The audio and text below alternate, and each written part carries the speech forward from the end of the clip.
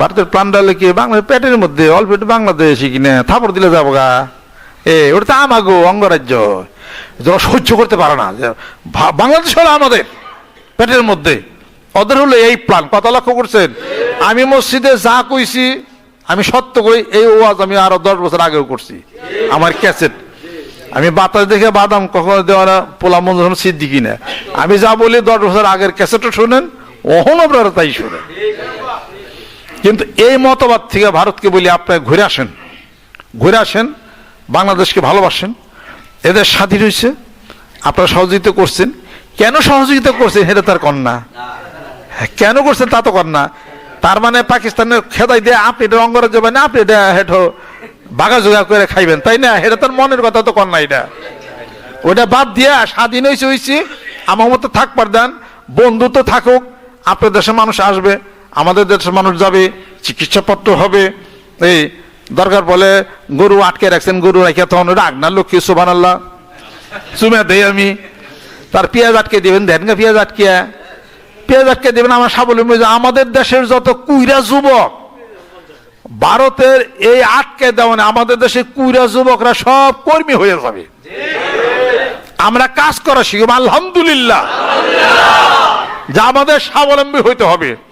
এবার আমাদের চোখ ফুটে গেছে গা, যে আমাদের প্রতিবেশী দেশ তারা যদি চিকিৎসা না করে, হ্যান না করে, তাহলে আমরা কি উপায়? আল্লাহ উপায় বের করে দিব, বের করে দেবে, আমাদের উপায় বের হয়ে যাবে। এটা আপনারা বন্ধুত্বের কাজ করছেন। তারপরও উত্তপ্ত কোনো পরিবেশ আমরা বাংলাদেশে চাই না। সুসম্পর্ক থাকুক, আপনারা আসবেন, আমরা যাব, মহব্বত হবে, ভালোবাসা হবে, অন্য দেশের সাথে মহব্বত হবে, ভালোবাসা হবে। একটা বন্ধন, সেতু বন্ধন, মানবিক বন্ধন যেন নষ্ট না হয়। কথা লক্ষ্য করছেন? মানবিক বন্ধন নষ্ট করা যাবে না, বাংলাদেশেও কারোর সাথে যাবে না। বাংলাদেশে হিন্দু সম্প্রদায় যারা আছে, আমারও কথা রেকর্ড হইতেছে, জামাই ছিলেন না, জামাই আদর রয়েছে। আমরাও মন্দির ভাঙছি, খারাপ ভাষায় কইতাম, আর কিছু কইলাম না। মোদি তো মসজিদ ভেঙে মন্দির করছে, মসজিদ ভেঙে করছে। মোদির খবর কয়ে দেন, রাজনৈতিক আশ্রয় কোন দেশে নিবি তাই নিস। আমার কথাটা খুব ছোট কথা, বুঝা দেখেন।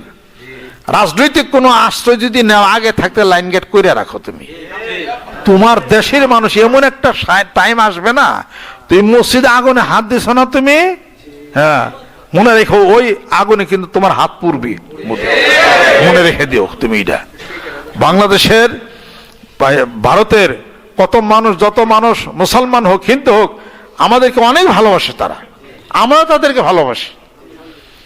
এই কিন্তু তুমি মসজিদে হাত দিছো না, তোমার হাত পূর্ব। আমরা কিন্তু বাংলাদেশে কোনো মন্দিরে হাত দেই নেই, পূজা পার্বণে হাত দেই নেই, দিমও না কোনোদিন। বাংলাদেশে হিন্দুরা জামাই আদরে আছে, ময়ূক রঞ্জনা শুভেন্দু হলো অপপ্রচার চালাচ্ছে। ওই দেশের জনগণ এই দুইটারে জুতা পিটা করবো খালি, ইনশাল্লাহ তাআলা। আর যে হাত দেওয়া মসজিদ ভেঙে রাম মন্দির বানাইছে না, এই যে মোদি, ওর হাত পূরণ রাখবো। ও জানি রাজনৈতিক আশ্রয় নেয়, কোন সময় হইতে পারে দুইটা দিয়ে বাইরে ওরে ভারত থেকে খেতে বেরোবে, আমি জানি না, আল্লাহ ভালো জানে। ভবিষ্যৎবাণী করা ঠিক না, ভবিষ্যৎবাণী করা ঠিক না।